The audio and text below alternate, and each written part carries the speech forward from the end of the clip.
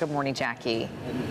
Good morning, Amy. You know, deputies were saying, and we've been seeing also, that this is not only upsetting for the adults, but for children too. We saw some kids crying earlier out here, you know, waking up to gunfire, something that no one can imagine. Now, deputies say at least 30 shots were fired here from 3 different weapons, and the homeowner from this house here returned fire at least 6 shots.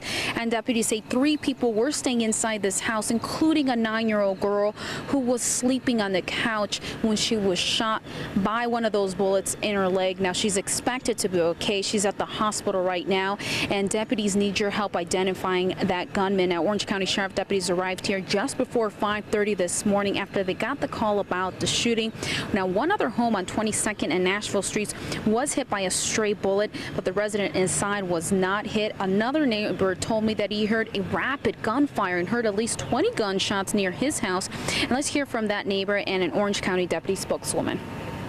Why would you want to do something like that to somebody? You know, why? I mean, yeah, there's babies and there's children in there. You're gonna, you know, it's just sad. It's just sad, you know. What kind of world we live in today, you know. We have a 9-year-old child who is wounded in all of this. It's deeply concerning to us, this level of gun violence.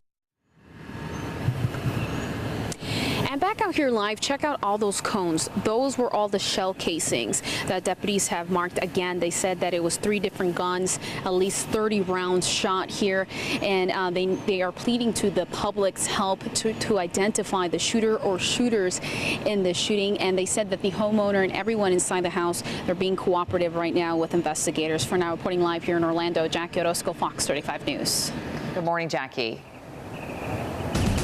Good morning, Amy. You know, at least the good news, deputies say that 9-year-old girl who was shot in the leg is expected to be okay. But if you could just take a look right over here, all those crime scene markers. Now, deputies say at least 30 rounds were shot right there at that house, and at least 3 people were inside that home, including that 9-year-old girl who was sleeping on the couch. They said that it was just a friend of the family. She was just staying there, and it was around 5:15, 5:20 when all that gunfire went off, and deputies say that the homeowner did return fire.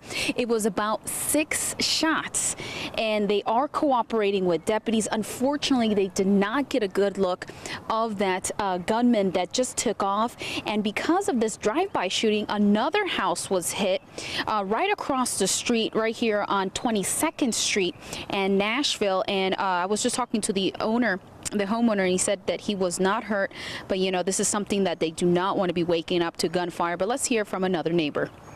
I got up about 5 o'clock this morning, came outside to have a cigarette because I don't smoke in my house, and I heard all this gunfire, and I jumped back up and smacked my hand on the door and ran in the house and never came back out till I heard the cop cars.